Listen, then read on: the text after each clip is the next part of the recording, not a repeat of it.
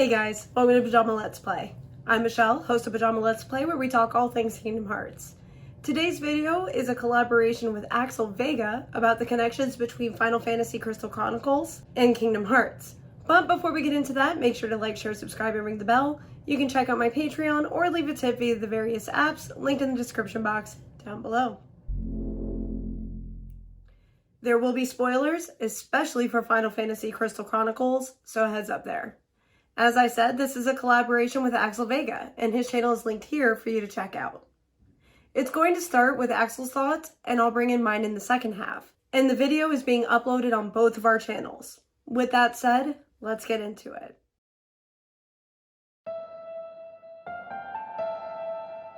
Hey, I'm Axel, and I hope you're all well. I'm here as a guest today working with Michelle, Pajama Let's Play, to talk about the connective ties and the themes of Final Fantasy Crystal Chronicles and Kingdom Hearts. Before we start, a quick disclaimer. This is highly speculative, and the only thing we can state hard evidence of is the fact that specific designers and developers that worked on Crystal Chronicles have worked on a few other Kingdom Hearts games. So let's all put on our Tin Moogle hats and let's begin. At the beginning of Crystal Chronicles, we meet our player character and slowly start to traverse the world. In this world, we gather memories by defeating enemies, visiting towns, and talking to people.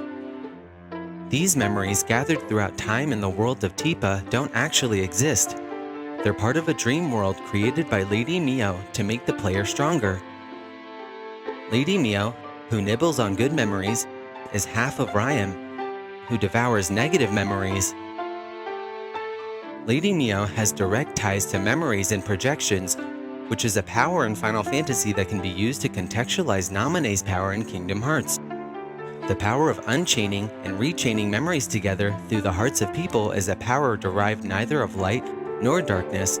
It explains why Naminé can't actually control it.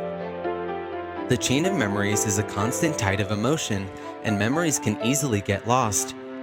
Lost memories, creating fear and uncertainty in the self-worth of these characters, not only in this realm, but in the realm of Kingdom Hearts as well, along with both of these realms having thematic ties to death and the afterlife.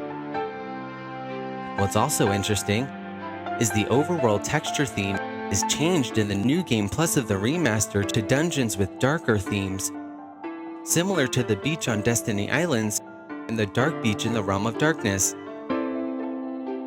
This world, divided by an overwhelmingly powerful fated event, even has a place very reminiscent of the final world, having a mirrored floor of sky over the world once traveled.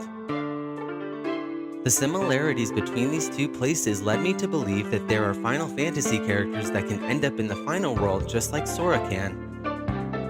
It makes me wonder if light and darkness could be used together, since Lady Mio's power when combined with Ryam is to exchange darkness into light, as seen by the final boss Mamaroa.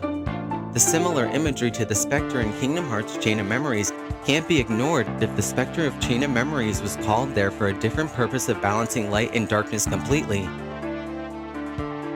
I feel the similarities between using darkness with the goal of light in mind to attack characters in both Crystal Chronicles and Kingdom Hearts are hard similarities to ignore. To add some more connections, I'm joined by Michelle, host of Pajama Let's Play. While I have a different theory for the Spectre specifically, I definitely see the resemblance to Mamaroa. Personally, I believe that is a form of Strelitzia's nobody, whose heart is housed within Lorium, but Strelitzia is also in Quadratum, which I believe to be tied to Final Fantasy, either a version of 15 or a version of Versus 13. Either way, the connection is still there. Most of the connections to Kingdom Hearts exist within the final battles of the main storyline, so heads up here for spoilers. We see Lady Mio and all of the connections Axel already pointed out there, but that's certainly not the end of it. The first thing I noticed was in the background of this area, where there are fragmented worlds that are the exact same style of Kingdom Hearts, and they happen to resemble worlds like the Land of Departure. There are, of course, a lot of aesthetic similarities, but those worlds looking so similar feels less like a coincidence and more of a conscious choice. The doors you pass through as Lady Mio strengthens your memories very much resembles the look of the Destiny Islands. And the lantern on the side has a heart shape in the design, but it also resembles a palpu fruit, with the leafy top and the glowing light becoming a yellow center. They feature a command list and fusing options in a fashion very similar to Birth by Sleep.